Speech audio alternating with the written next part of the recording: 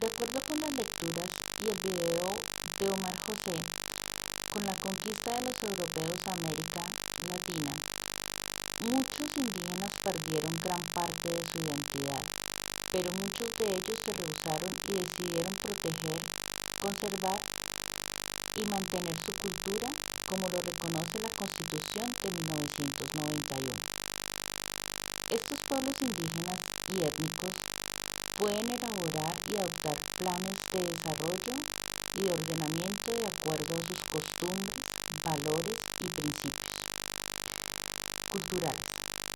Según el video con Omar José, los pueblos indígenas, raizales, palenqueros, afrodescendientes, a través del diálogo buscan reencontrar y reconciliarse y encontrar su esencia.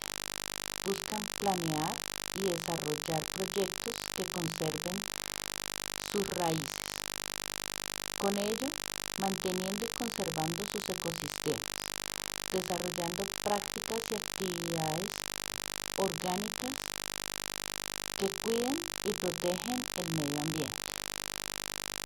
Los pueblos indígenas, en este caso del Río Blanco,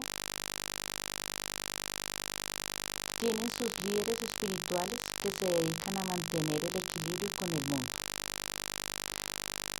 Todos ellos tienen una profunda conexión con la naturaleza a la que llaman Madre Tierra. En estas comunidades,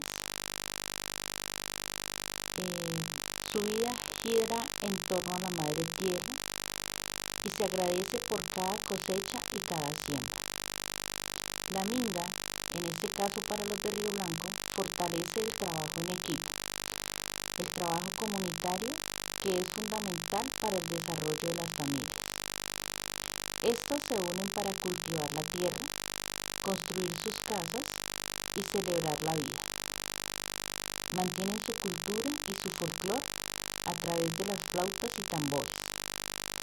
Los ancestros narran sus historias y la conexión con la naturaleza.